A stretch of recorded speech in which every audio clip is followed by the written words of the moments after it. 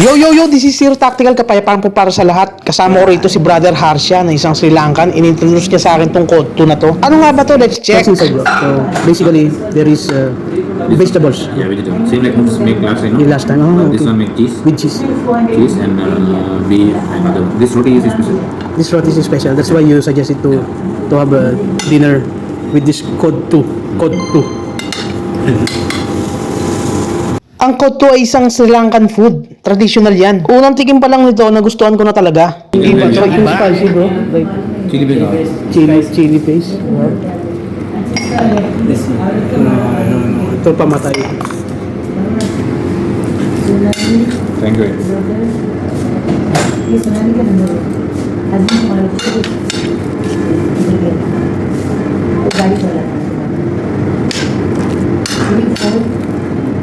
I like with cheese.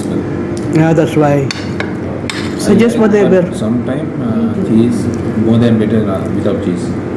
That's why I asked with car.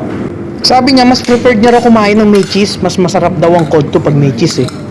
Harsha. Okay. I like this one. They are better. They are best in doing chili sauce. Chili sauce. No? Pampagana to mga katanod. Ayan. No? I like this one here. I like this really.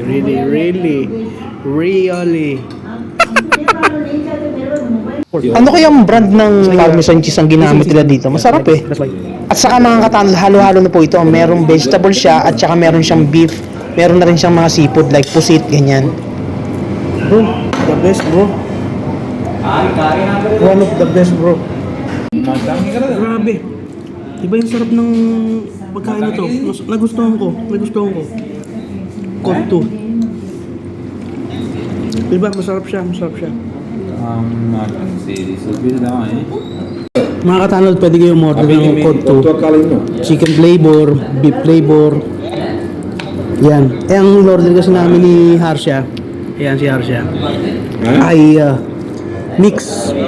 May beef, merong seafood. Yan, may chicken. Napakatindi nito. Hindi tinipid, mga kapatid. Hindi lang sa binablog ko to ha. Pero hindi talaga tinipid. Ganito pala talaga to i-serve. Mashallah. Ang sarap. Code 2 to mga katanod. Yung curry. Pwede nyo lagay ito sa code 2 nyo. Ayan. Bahala ka na, mekos na yan. Kasi yung kaya siya nalagay niya.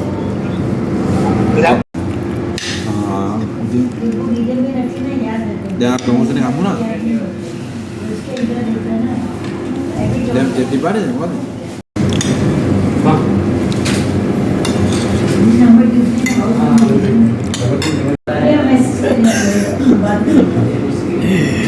Naubos na namin. Mashallah.